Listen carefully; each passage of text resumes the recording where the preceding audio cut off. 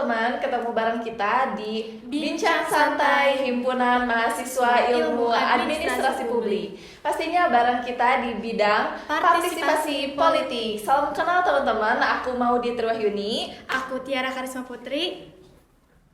Kali ini kita akan membahas tentang cyberbullying yang sedang viral-viralnya nih. Kita bersama Ibu Dine.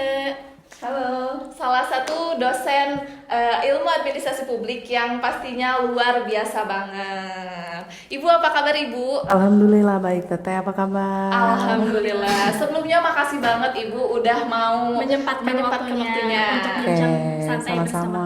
Makasih juga udah ngundang di podcast hari ini tentang cyberbullying ya. Ya, pastinya ini bakal jadi kajian yang seru banget dan pastinya teman-teman juga udah nungguin nih Bu, apa sih itu cyberbullying? Mungkin boleh dijelasin dulu Bu, karena masih banyak juga ya Bu yang awam tentang cyberbullying ini apa? Oke. Kalau cyberbullying itu kan semacam perundungan ya, perundungan yang dilakukan oleh seseorang atau sekelompok orang itu melalui media massa gitu. Nah, cyberbullying ini lebih banyak terjadi di medsos, terutama paling tinggi itu kasusnya di Instagram. Ya, jadi yang namanya cyberbullying itu dilakukannya oleh perorangan, bisa jadi dengan sekelompok orang. Jadi di sananya itu mereka itu menyebar kebohongan ya. Itu kan kalau penebaran berita bohong itu pasti itu mengarah kepada pencemaran nama baik ya. Terus ada lagi misalkan kayak ngirim pesan atau chat yang bermuatan kayak semacam menyakitkan ya kan, bermuatan menyakitkan, terus kayak memposting sesuatu kayak misalkan contoh nih, meskipun kita nggak sadar ya, ada temennya misalkan yang lagi tidur ya, terus sorry ya misalkan ileran gitu dipoto lah sama kalian tuh kan ya kan, terus upload. Nah itu kan yang namanya medsos itu tidak semua tidak satu dua orang yang mengakses, itu banyak ya. Malah kalau di Instagram itu kan yang mengaksesnya tidak hanya follower kita aja kan, tapi bisa berbagai kalangan gitu, bisa jadi pokoknya luas aja gitu jangkauannya gitu. Terus ada lagi tadi menuliskan kata-kata hate speech ya. Jadi kayak contoh misalkan ada orang yang misalkan difoto ya kan, difoto terus kelihatan misalkan ya, seperti kita tahu misalkan orang itu kan posturnya bermacam-macam. Nah ketika si orang itu foto tersebut di komen sorry misalkan, kok kamu gendutan sih ya kan. Nah terus misalkan ada lagi yang komen, ih itu kayak badak ya kan. Nah itu adalah salah satu contoh dari cyberbullying gitu. Gimana misalkan kita bisa tahu itu masuk ke dalam cyberbullying? Karena kalau cyberbullying itu yang namanya pembulian itu kembali lagi kepada feeling kita. Kita merasa yang namanya bercanda itu kan pasti ada batasannya. Ya, ada batasannya. Lalu ketika misalkan hati kita merasa bahwa ini kita tertawa bersama ketika bercanda, kita tertawa bersama, atau misalkan mereka hanya mentertawakan kita, ya kan? Nah, ketika misalkan kita merasa tidak nyaman, kita merasa tidak enak, kok ini terasa menyakitkan. Nah, itulah yang namanya pembulian, gitu ya. Pembulian di media sosial itu kan sekarang itu jari jemari itu ya, seperti kalau dulu kan mulutmu harimaumu, nah sekarang itu jadi jemarimu harimaumu gitu ya. Ya, jadi cyberbullying ini merupakan bullying di media sosial ya Bu. Apalagi mungkin karena sekarang peran media sosial itu benar-benar sangat berperan ya Bu. Kadang kita juga gak sadar ya Bu, ngelakuin bullying di media sosial gitu. Untuk menjatuhkan reputasi orang. Iya, betul. gitu. Meskipun memang misalkan orang tersebut misalkan melakukan kesalahan ya, tapi tetap saja yang namanya setiap manusia itu kan punya hak untuk dihargai dan dihormati maupun di dunia maya di dunia nyata gitu ya. Adapun misalkan kita melihat misalkan aib orang gitu ya, terlihat misalkan di medsos, itu sebaiknya ya kita jangan terlalu berlebihan gitu, karena kita sebagai umat Islam kita tahu sendiri ya bahwa dalam pandangan Islam itu yang namanya bullying itu haram gitu, bullying itu haram. Lalu ada tuh oh iya, ada di surat Al-Hujurat ya ayat 11 gitu. Nah di situ tuh sudah jelas bahwa dalam surat itu menjelaskan bahwa kita itu tidak boleh mengolok-olok ya, tidak boleh mengolok-olok kelompok lain ya, satu kelompok tidak boleh mengolok-olok kelompok lain karena mungkin kelompok yang diejek itu lebih baik dari kita. Nah itu kan udah jelas ya, yang namanya bullying itu tidak boleh gitu, terlebih misalkan di medsos, karena memang sekarang kita tidak bisa membendung perkembangan teknologi ya kan. Itu kenapa bisa, itu menjadi salah satu sumber dari munculnya cyberbullying. Terus ditambah lagi kurangnya edukasi ya tentang bagaimana bermedia sosial yang baik seperti itu. Berarti adanya cyberbullying ini berperan juga atau bersangkut paut juga dengan teknologi ya Bu, karena Iya, adanya betul. teknologi jadi ada juga cyberbullying ini. Iya, apalagi misalkan ditambah dengan minimnya pengetahuan ya, terus kurangnya kepekaan kita gitu ya, kurangnya kepekaan kita, empati kita gitu terhadap orang lain, itu bisa menjadi pemicu tindakan cyberbullying ini terjadi gitu. Terus menurut Ibu kan banyak orang menilai cyberbullying itu menakutkan. Nah, menurut Ibu apakah cyberbullying ini menakutkan apa tidak, Ibu? Sangat Sangat. sangat menakutkan gitu. Meskipun ada beberapa kalangan ya orang yang menganggap digituin aja baper lu gitu kan, bahasanya kan gitu ya. Digituin aja baper, bercanda kok misalkan.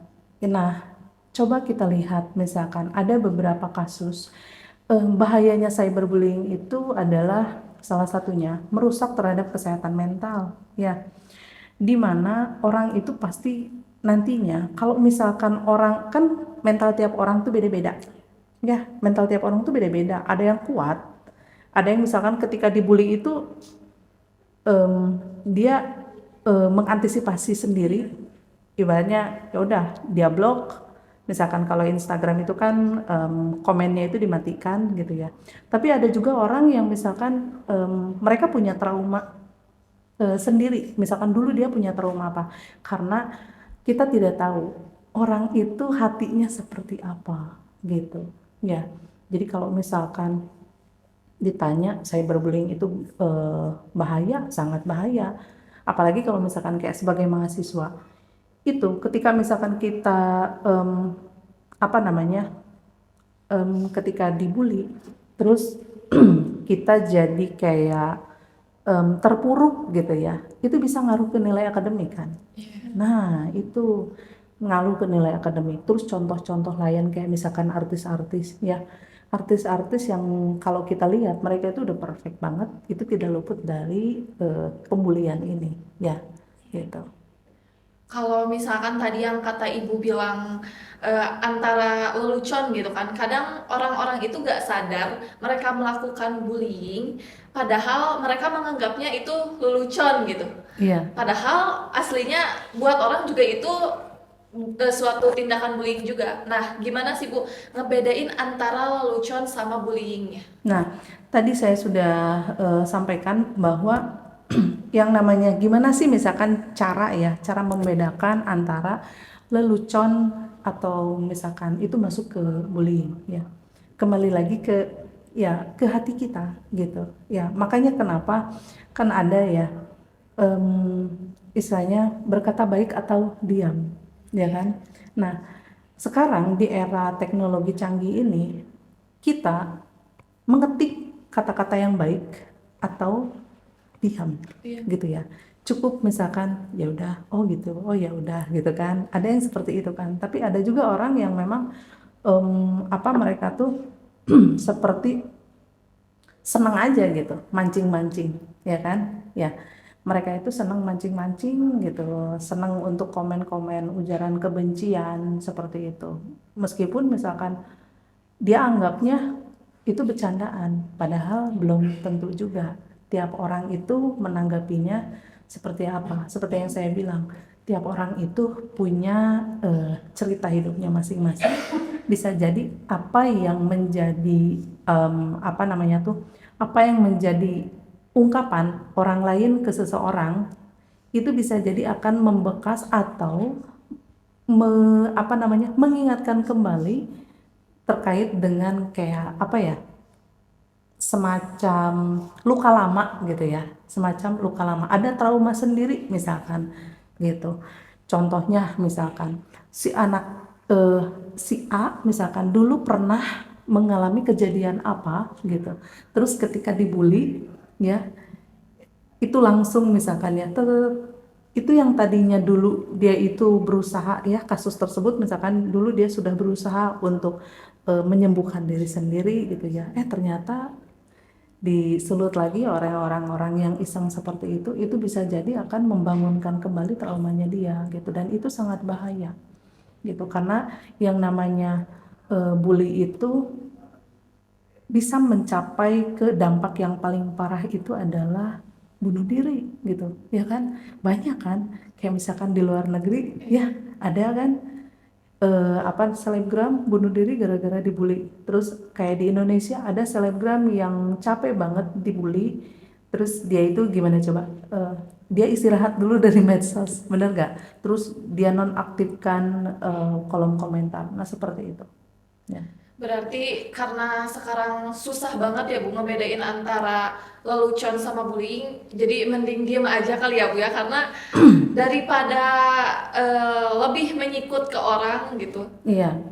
Nah, jadi kalau misalkan sekarang itu kan kita juga tidak bisa kita juga tidak bisa lepas dari media sosial, Ya, ya. peran penting. Iyalah, media sosial itu kan kita interaksi dengan teman, terus dari media sosial juga sebetulnya banyak hal-hal positif yang bisa kita dapatkan gitu.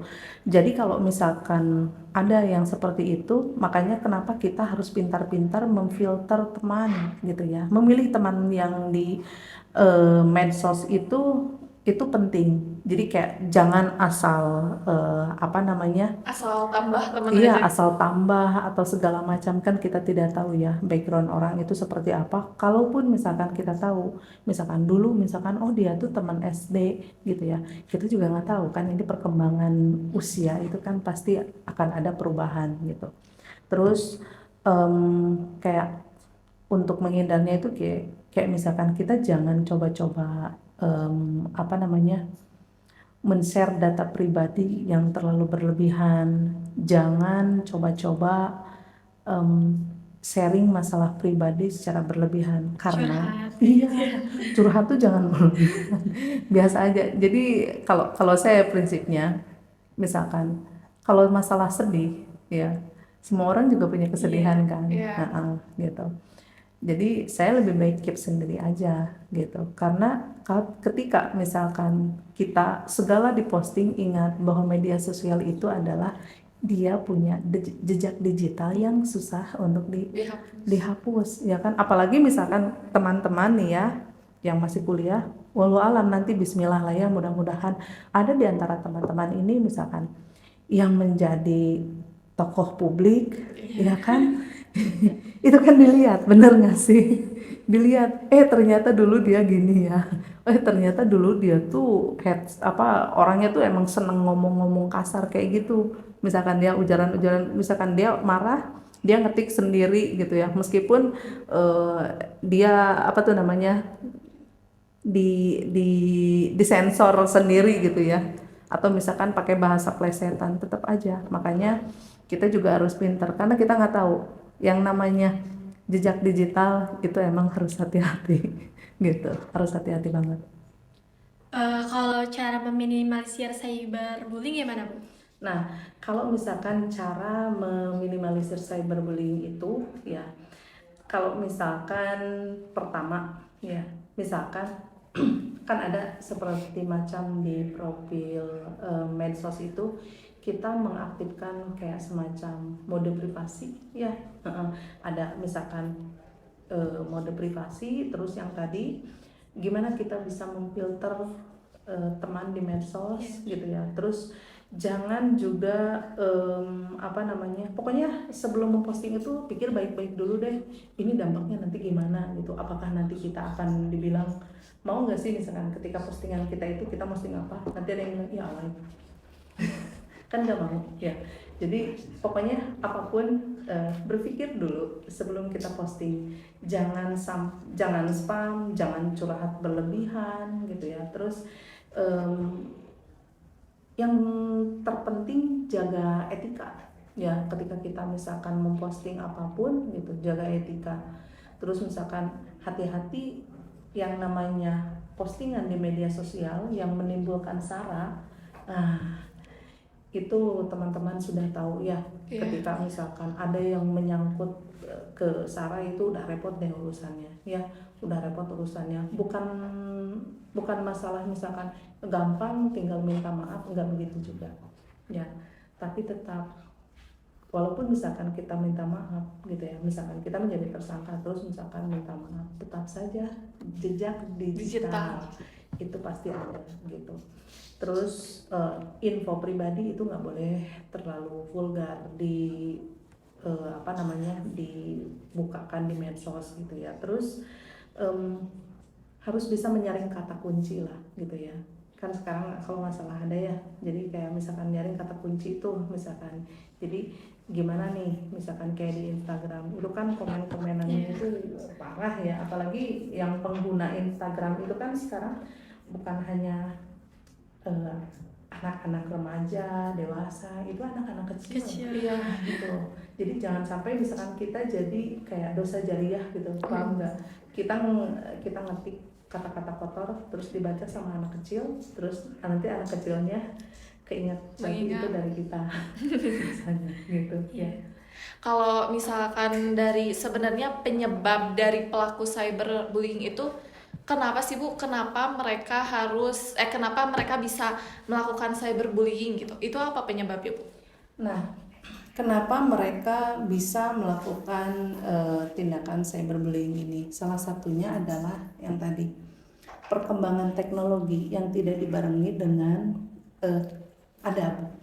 Ya, makanya kenapa kita itu harus mengutamakan adab dulu, gitu ya. Pertama tadi perkembangan teknologi, yang kedua literasi tentang bermedia sosial yang baik itu kurang, gitu. Terus ada juga misalkan pengaruh dari lingkungan sekitar, ya kan? Ya kan, kalau misalkan teman-temannya memang sudah terbiasa menganggap bahwa membuli itu sesuatu hal yang biasa, hal yang wajar dan menimbulkan rasa puas gitu ya buat mereka. Nah, itu juga bisa berpengaruh. Jadi bisa dari pengaruh lingkungan gitu. Terus misalkan tidak adanya pengawasan, terus kurang empati gitu. Ya kan, kurang empati. Ya, kalau orang kurang empati pasti dia nggak akan bisa ngerasain bahwa kalau misalkan saya bicara seperti ini, nanti orang akan bagaimana gitu, ya kan? Nah itu gitu. Jadi benar-benar edukasi dan pemahaman dari diri sendiri juga emang berperan penting ya Bu? Iya, jadi yang namanya kita bermedia sosial itu bukan hanya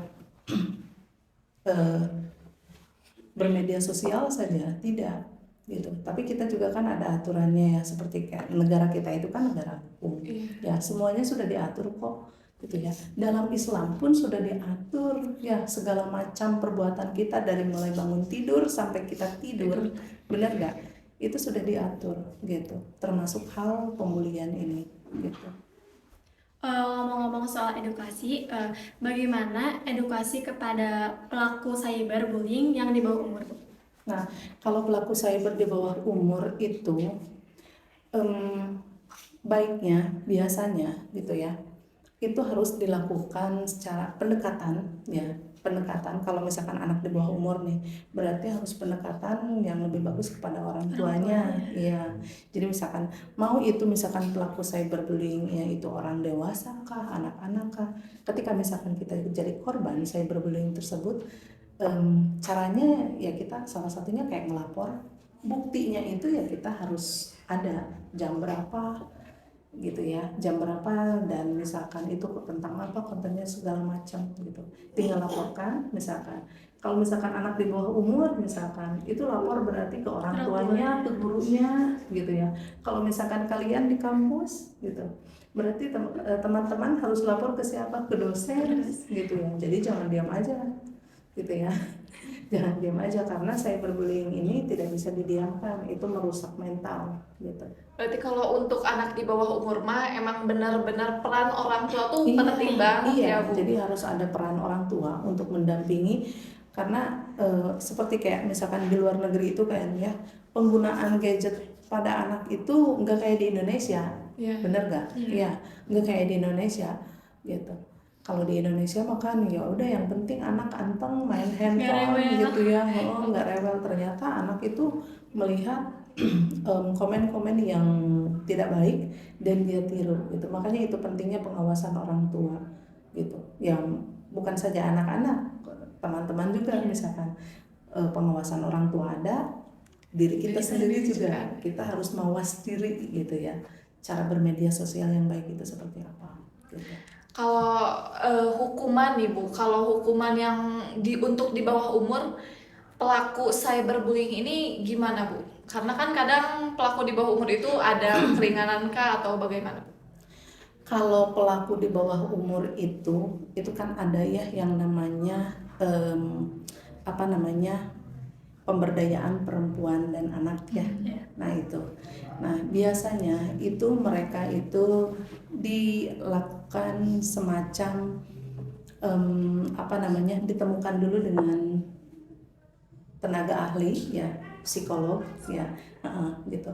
Karena kan itu yang namanya anak di bawah umur ya, berarti disebutnya berapa ya, anak berhadapan dengan hukum gitu ya. Kalau misalkan dilaporkan gitu ya, nah itu ada, jadi ada semacam penanganannya. Jadi anak itu nanti didampingi gitu. Jadi dicari tahu ini sebab mulanya anak ini melakukan bullying ini seperti apa. Biasanya itu terjadi karena mereka melihat orang tua. Iya. Ya, Karena kan kalau anak melihat meniru ya orang Bu. tua. Gambaran dari orang tua. Misalkan orang tua secara tidak sadar misalkan ya, ketika dia marah misalkan, kamu tuh misalkan sorry ya, misalkan kamu jangan bodoh atuh gitu, itu kan pembulian ya. Akhirnya hal yang seperti itu karena sering dilakukan oleh orang tua itu dianggap biasa, atau misalkan melihat pertengkaran orang tuanya Sehingga mengganggu mentalnya ya Bu ya. sehingga si anak itu jadi seperti terpengaruh gitu ya, karena mereka ya, anak itu pasti akan bercermin terhadap orang tuanya gitu. Nah itu jadi memang harus dimulai dari lingkungan keluarga dulu kalau untuk anak gitu. Kalau tadi hukuman untuk yang di bawah umur nih Bu, karena kan ada juga hukuman untuk yang mereka emang udah cukup umur tapi mereka pelaku cyberbullying nih Bu. Dari hukuman yang terberat sampai teringannya itu apa sih Bu dan bagaimana?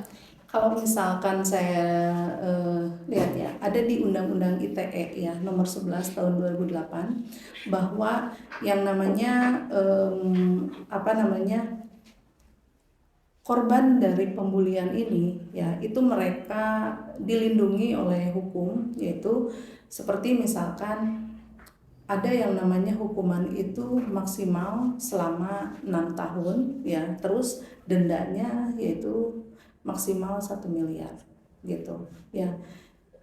Gede banget. Ya, gede banget kan ya. Ya tergantung dari misalkan si korbannya itu mereka seperti apa tuntutannya gitu ya. Tapi terkadang meskipun misalkan undang-undang ITE ini sudah ada gitu ya, tapi tetap pelaku cyberbullying itu Nah, itu tidak jera, betul tidak? Iya. Ya, banyak kan seperti misalkan kasus contoh artis-artis, ya kan? Ada yang membuli anaknya segala macam, so mereka dilaporkan ke polisi, betul? Iya. Ya, dilaporkan ke polisi, terus mereka harus minta maaf di media sosial, terus dipenjara, betul Iya. tidak? Nah, seperti itu. Dan anehnya memang sekarang itu banyak contoh seperti itu ya, tapi tidak dijadikan efek jera oleh orang-orang yang lain gitu, yang masih saja senang membuli gitu ya.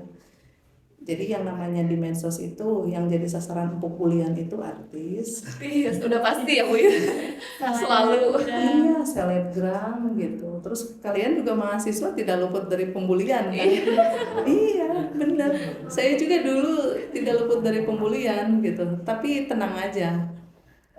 Apa ya namanya, yang namanya orang dibully itu ya sebetulnya kita harus melawannya ya, jangan balik bully lagi gitu, jangan balik bully lagi lah, berarti kita nggak ada bedanya kan gitu.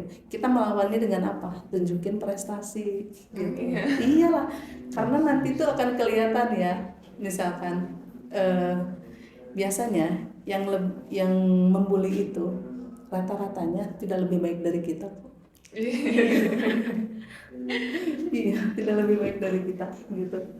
Ya dalam beberapa hal itu tidak lebih baik dari kita. Bukan diukur dari materi saja ya, gitu. Iya. Misalkan dari segi adab segala macam gitu. Ya. Kadang kan emang pelaku tidak jera itu karena mereka tuh belum ada laporan gitu Bu dari si korbannya ya Bu ya. Iya, karena memang rata-ratanya, misalkan contoh nih, saya dibully gitu ya. Kadang kalau waktu dulu itu kan belum medsos ya, jadi ketika dibully itu banyaknya tidak melapor gitu, tapi dihadapi gitu. Karena saya berpikir begini, orang itu kan biasanya akan akan mengingat reaksi pertama kita itu seperti apa. Nanti pasti dia akan memprediksi reaksi kedua itu akan seperti apa. Ketika kita dibully, kita melawan, dia akan berpikir balik kalau misalkan dia membuli kedua kalinya gitu. Tapi yang namanya pembulian itu tidak terhenti kayak misalkan si ini kita dapat dibully di sekolah SMP misalkan, nanti di SMA juga bakalan ada gitu. Iya pasti itu di setiap tempat juga, pokoknya di setiap lingkungan itu ada resiko kita itu terkena bully gitu. Jadi makanya kita harus bisa membentengi diri sendiri gitu. Ya berarti gini, kita mulai beri diri sendiri, jangan macam-macam, gue nggak bisa dibully. Karena kita juga emang harus memberikan contoh juga ya. Gitu. Ketika misalkan kita tidak mau dibully, ya kita jangan membuli orang lain gitu. Makanya pentingnya kita itu memiliki rasa simpati, empati gitu ya ke orang lain tuh seperti itu gitu. Karena kalau misalkan kita tidak punya empati gitu, terus misalkan tidak bisa mengkontrol diri kita sendiri, nah orang lain juga sama kok gitu ya.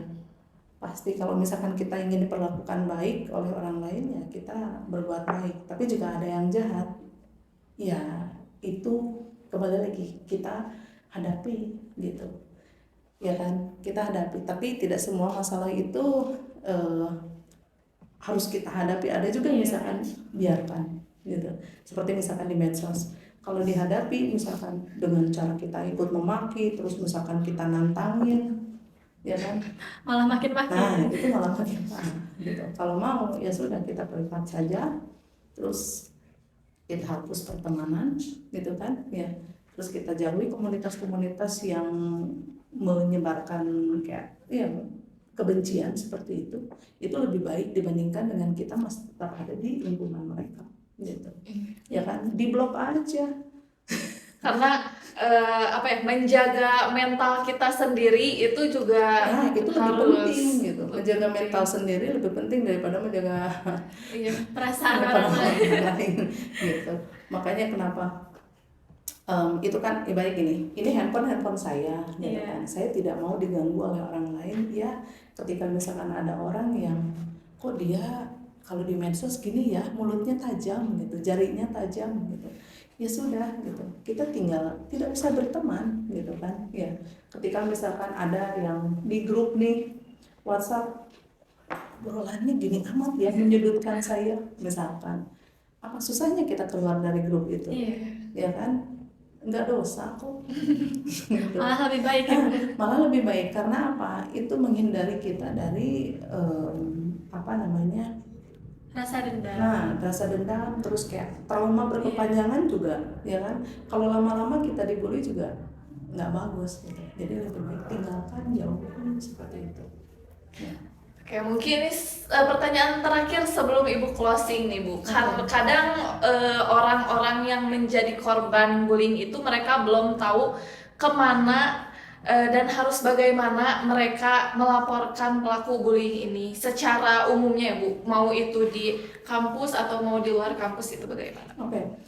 Nah, sebaiknya ketika misalkan kita menjadi korban bullying, ya, kita yang pertama harus kita lakukan adalah kita jangan membalas bulian tersebut di medsos ya. Cukup kita hentikan dan kita ambil apa namanya konten yang dijadikan bahan bulian itu menjadi bukti, ya kan? Iya.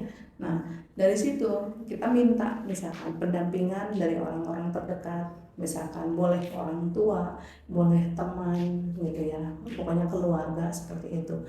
Nah, kalau misalkan wah ini terlalu berat nih misalkan, kita lapor ke polisi, ya kan? Kita laporkan saja, gitu.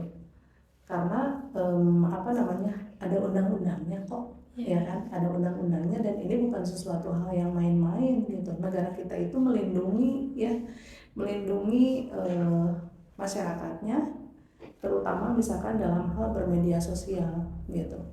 Ya, jadi jangan sampai misalkan orang itu bisa seenaknya di medsos. Tapi kalau rata-ratanya yang suka membuli itu, kalau di dunia nyata mereka tuh agak pendiam ya. Iya. Benar gak sih? Iya. Ya.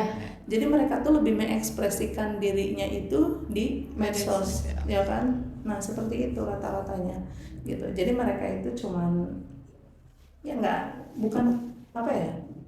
Intinya pengecut seperti itu, ya pengecut.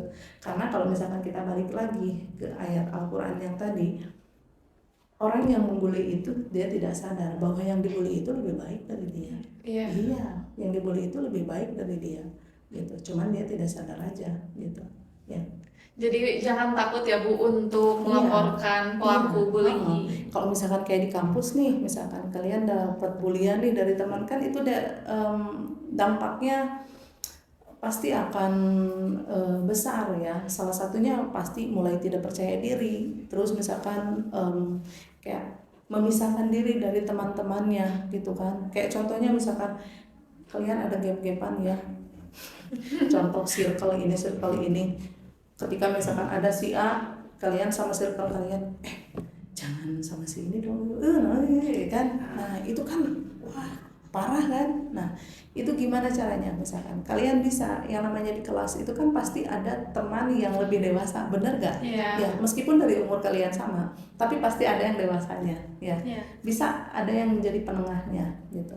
Atau kalau di kampus kalian punya DPA kok, ya kan?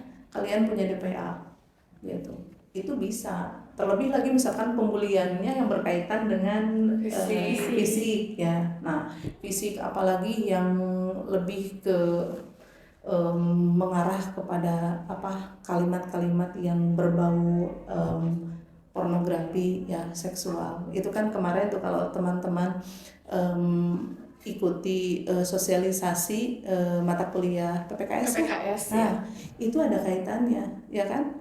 Ketika misalkan kalian mendapat intimidasi gitu ya, seperti itu ya tinggal dilaporkan aja gitu. Siapapun itu pelakunya gitu. Pembulian misalkan siapapun itu pelakunya. Misalkan saya membuli nih ke salah satu mahasiswa. Kalian misalkan ngerasa satu kelas, ih kok dosennya gini misalnya, tinggal lapor aja gitu. Tinggal lapor aja ke ketua prodi, Pak tolong tadi di jam ini mata kuliah ini Bu Dina mengatakan ini kepada ini, kami misalkan tidak terima gitu. Nanti paling saya akan ditindak oleh ketua prodi dan dilaporkan ke lembaga, nanti bakalan ada sanksi. Oke. Gitu. Oke, kayaknya ini kalau jadi pembahasan terus-menerus bakal ramai dan panjang banget ya Bu. Mungkin untuk pembahasan lainnya kita bakal bahas di belakang kamera juga sebagai edukasi kepada kita juga yang mencontohkan. Ada closing dulu nih Bu, terakhir dari Bu, apakah ada closingnya Bu? Oke, closingnya adalah utamakan adab ya daripada ilmu gitu. Dimanapun kita kita tetap berpegang teguh pada adab kita ya, jaga adab bermedia sosial seperti apa ya, itu aja, adab dulu baru ilmu. Oke, mantap banget ya Bu. Terima kasih Bu. Oke teman-teman, mungkin sampai di sini aja bincang santai kita, dan nanti kita akan mengadakan bincang-bincang lainnya pastinya bersama dosen-dosen administrasi publik yang luar biasa. Jadi jangan lupa untuk dipantau terus di bincang santai Himpunan Mahasiswa Ilmu Administrasi Publik. Ibu terima kasih Ibu sebelumnya ya Bu. Oke, assalamualaikum warahmatullahi wabarakatuh.